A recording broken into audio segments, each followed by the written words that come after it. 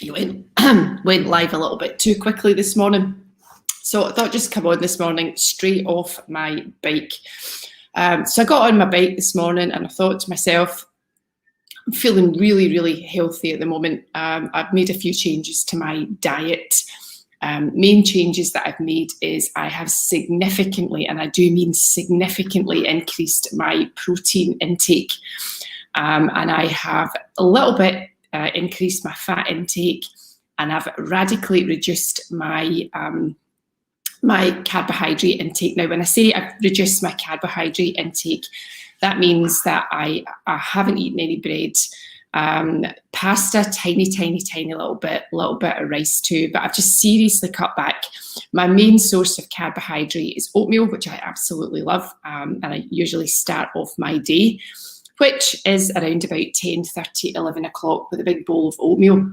So I have made those changes, increasing the protein intake, a little bit of fat, not too much, and reducing basically the processed carbohydrates. So things like your pasta and your bread, just kind of cut those.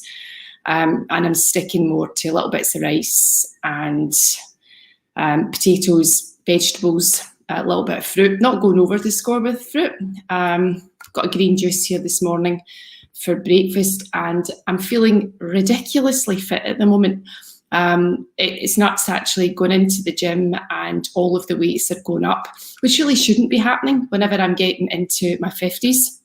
I shouldn't be finding that I'm getting stronger, but I actually am getting stronger. And I'm building muscle too, and I'm just going to show you so you can see that I'm building the muscle there too, nice and solid under here in the tricep area, biceps looking good. Can't really show you down in my legs without standing up because I'm super sweaty from the bike. But I'm noticing that the quads are all coming in nicely too. So what's the point? The point is not for me to sit here in front of you and show you my muscles. The point I'm making is I got on my bike this morning to ride my bike, and I did a hills. I like doing hills. So I did a little bit of hill. Hiya, Jane. I did a little bit of hills this morning, and I thought to myself, it's going to be quite easy because I've been doing this fairly consistently. But you know, it wasn't easy. And I think that's the thing about exercise and staying fit and staying healthy. If it was easy, everybody would be doing it. It's not easy.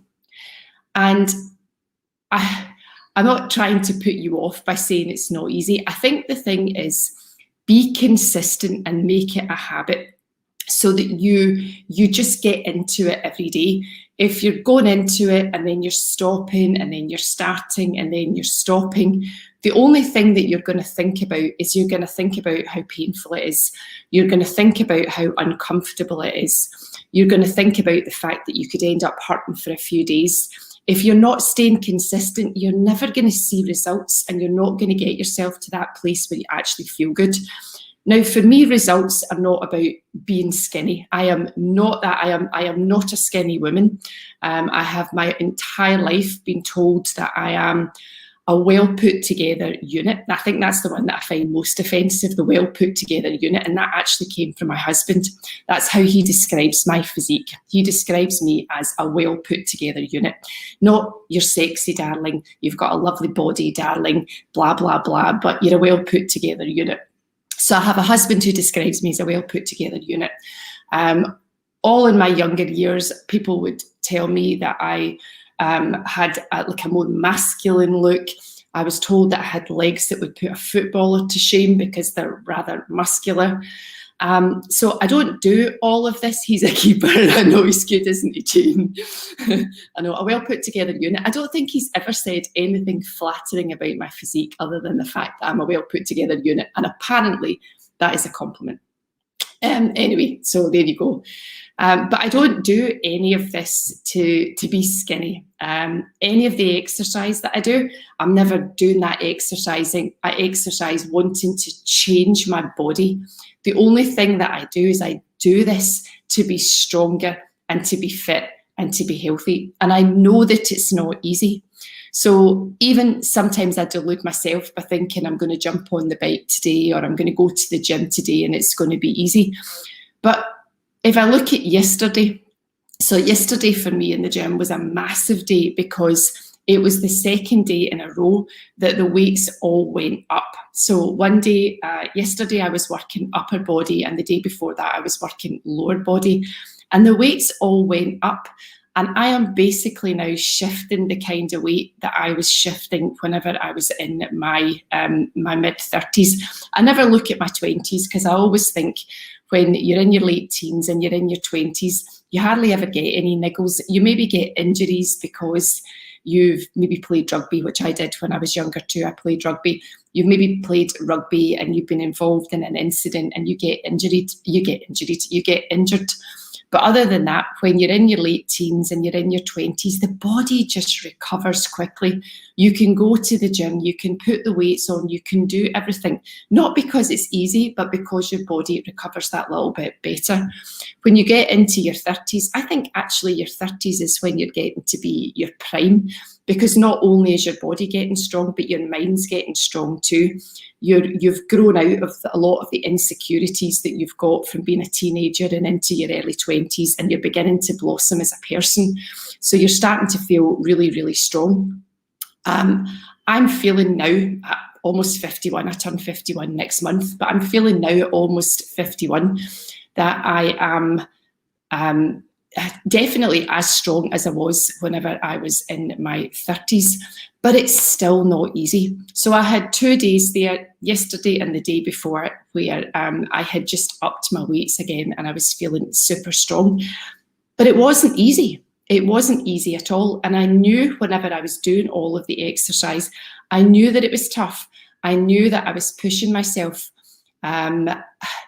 I guess sometimes I want it to feel that little bit easier. I'd love to go in and do a workout and come out of the workout thinking that this is really easy. But then I know that my body wouldn't be adapting. I would know that there wasn't any change. And really, the only way that you can get change in life, the only way that you can move forward, the only way that you can better yourself as a person is to keep pushing through. Because if you're not pushing through and you're not feeling it and it's not hard, then you're stagnating. And maybe it's just me, but stagnating is one thing that I really don't want to do in life. You get one shot at life. You're only here for a very short period of time, and absolutely none of us know exactly how long we are here for. So push it, just push it that little bit, go that little bit harder, accept that nothing's easy. And if you get on the bike, and I think this is where I would be, had I stepped on my bike this morning and it had been easy, then I would have been questioning why I was doing it. I would have been saying to myself, well, what's the purpose to this? That was really easy. If I had set out with the intention of just getting on and just turning the wheels, then that would have been fine. But that would have been 30 minutes that I would have been on the bike, turning the wheels. I wouldn't really have increased my heart rate. I wouldn't really have felt anything in my muscles. So I'd have been better off just putting down my yoga mat and lying on the floor and meditating. But there's a time for that too. So does it get easier? It can get easier if you want it to get easier. But if you let things get easy, then it's my opinion that you're stagnating.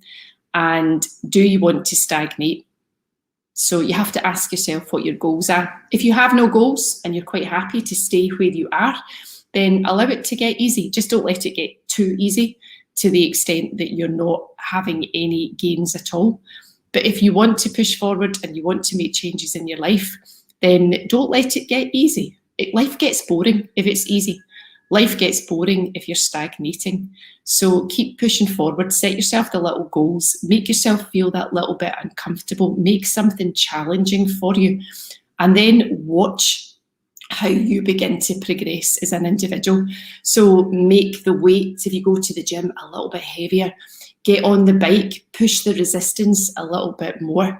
If you're meditating, take a longer period of time and see how long you can stay in that space. If you're in a job, push it. Ask for a little bit more money. Ask for a promotion. Ask for something that's a little bit challenging. But don't let it get easier, because when it gets easier, as I said, you're beginning to stagnate, and life is just way, way, way too short to stagnate. So what have I got here this morning? Comments. I have got a whoop whoop from Jane. And I've got he's a keeper. Yes, my husband calling me a well put together unit. That's nice. And we've got a hello from Azerbaijan. Good morning. How are you? Anyway, there we go. I now have to go shower and get dressed and go to the office because I have got documents to look at. See there? That's the really boring part of my life too, looking at documents. But it's not really. I quite enjoy it. That's the lawyer head going on. All right, everyone, don't let life get easy. When it gets easy, it gets boring, and nobody wants to live a boring life. Have a very good Wednesday, hump day, and I will see you back tomorrow with another topic.